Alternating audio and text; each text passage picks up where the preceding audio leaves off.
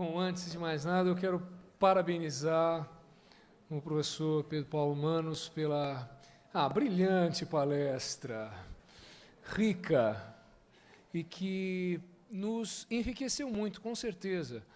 Mesmo aqueles que vivem do processo civil e que já estão imbuídos do intuito de conhecer mais profundamente o novo CPC. A sua visão de processo do trabalho nos enriquece enormemente, porque o processo do trabalho é a fonte, talvez tenha sido a grande e maior fonte de inspiração do legislador processual civil nessas últimas décadas. O processo civil tem aprendido com o processo do trabalho. E essa regulamentação do incidente de desconsideração da personalidade jurídica vem porque o processo do trabalho inspira o legislador processual civil, porque essas grandes questões começaram lá e não aqui. E, na verdade, então, nós estamos herdando essa grande experiência de tanto tempo e de longa data da Justiça do Trabalho para criar uma solução no Código de Processo Civil. Eu não tenho nenhuma dúvida de que essa é uma das grandes conquistas do novo CPC. Era uma reclamação de muito tempo dos advogados, principalmente os advogados das empresas, que viam os seus patrimônios penhorados sem qualquer consideração à ideia de contraditório. Afinal de contas, o processo do trabalho foi movido a uma pessoa física. Todo o processo girou em torno de uma discussão envolvendo uma pessoa física. Aí, na hora de executar, descobre-se que essa pessoa física não tem patrimônio, porque o patrimônio está na empresa, mas a empresa não participou. Ela não teve nenhuma oportunidade de exercer contraditório, de exercer o direito de defesa, de ser ouvida. E esse patrimônio é penhorado por uma decisão de 3 linhas de um juiz do trabalho. Isso começou a acontecer no processo civil depois.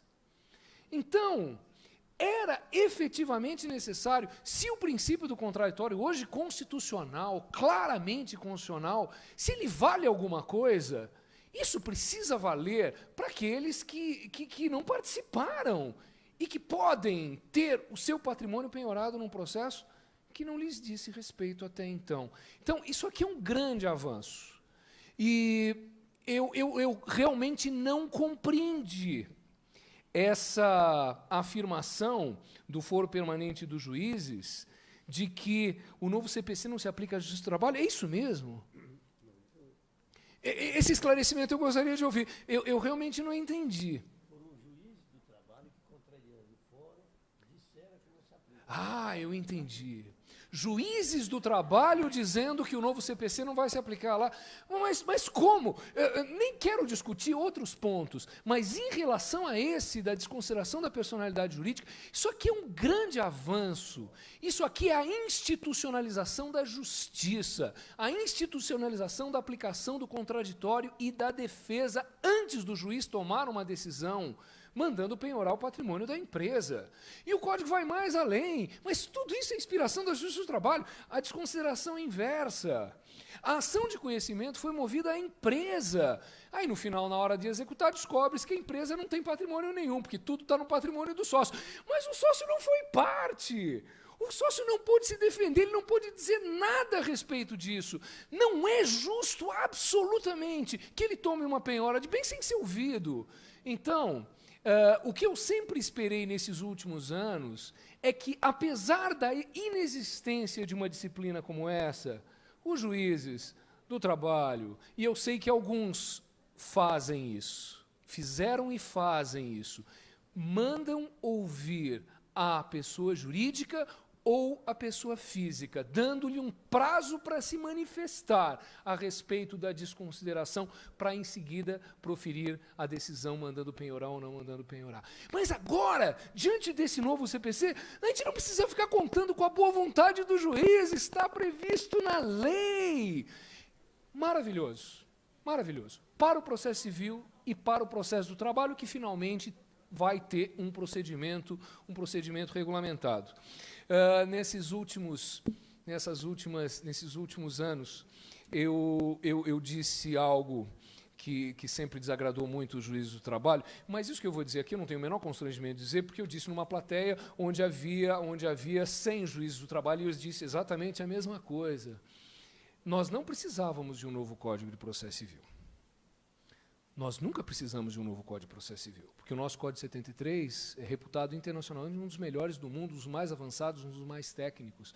Nós fizemos 70 reformas nesses últimos 40 anos. Quando a casa estava toda montadinha, reformadinha, bonitinha, funcionando, vem alguém e diz, não, vamos demolir a casa e vamos construir outra nova. Foi isso que eles fizeram. Quando, na verdade, nós podíamos ter feito mais uma reforma do Código de Processo Civil para aproveitar essas ideias todas que pulularam por aí nessas últimas décadas para fazer o processo civil ficar melhor.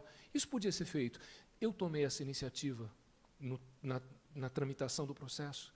Eu apresentei ao deputado Miro Teixeira, e ele apresentou um projeto substitutivo que transformava a ideia de construir um novo Código de Processo Civil na ideia de reformar o Código 73. E foi um projeto enorme, de todos os 70 que foram vinculados ao projeto originário, esse foi o maior. Eram 400 dispositivos, eu fui lá atrás e cada um deles implantando com a letra A, B, C, D, F, G, H, I, J, K, L nos dispositivos do CPC para permitir a segurança jurídica.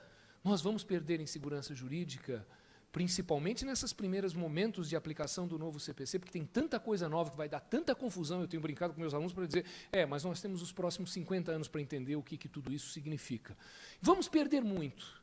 Nós podíamos ter feito uma reforma do Código de Processo Civil. Nós precisávamos, sim, de um novo Código de Processo do Trabalho. Não é, professor Zainag? Puxa, quanto tempo nós já conversamos a respeito disso com o professor Cássio.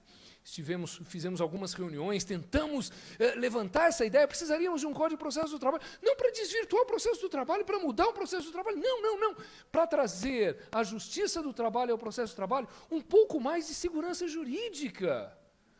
Porque o que me parece, embora eu não esteja militando lá, mas a gente ouve tanta coisa, é que assim, você não sabe, você sabe como o processo começa, como ele se desenvolve, como ele acaba, ninguém sabe. Porque a CLT é antiga, ela disciplina pouco sobre processo. Ela fala de uma aplicação subsidiária do CPC, e essa regra traz inúmeras possibilidades de interpretação, e cada juiz acaba aplicando essa regra do jeito que quer. Onde está o devido processo legal na Justiça do Trabalho? E não adianta perguntar isso para o juiz, que ele vai olhar para você e dizer assim, olha, aqui no meu gabinete é que ele não está. Porque cada juiz pratica o processo do trabalho de uma maneira diferente. Eu acho que nós precisávamos, sim, de um Código de Processo do Trabalho para trazer um pouco mais de segurança jurídica. O que esse incidente traz pontualmente para esse aspecto tão importante. E eu não desisto da ideia, e por isso eu estou dizendo, nós precisamos, como nós precisaríamos de um novo código? Sim, um Código de Processo do Trabalho, para trazer um pouco mais de previsibilidade. O que os advogados reclamam é que parece que em cada vara do trabalho existe um Código de Processo do Trabalho. Diferente. Por falta dessa regulamentação mais intensa. Mas encerro dizendo que bom que o novo CPC, inspirando-se na Justiça do Trabalho, no processo do trabalho, trouxe essa regulamentação que vai nos ajudar todos, no processo do trabalho e no processo civil. Professor, brilhante, maravilhoso, anotei tantas coisas aqui, porque a minha visão de processualista civil não alcança essas profundidades do processo do trabalho. E isso tudo nos serve de base para a construção de interpretações melhores para esse novo processo que se inaugura no ano que vem. Muito obrigado por tudo que eu aprendi aqui hoje, nessa manhã. Muito obrigado.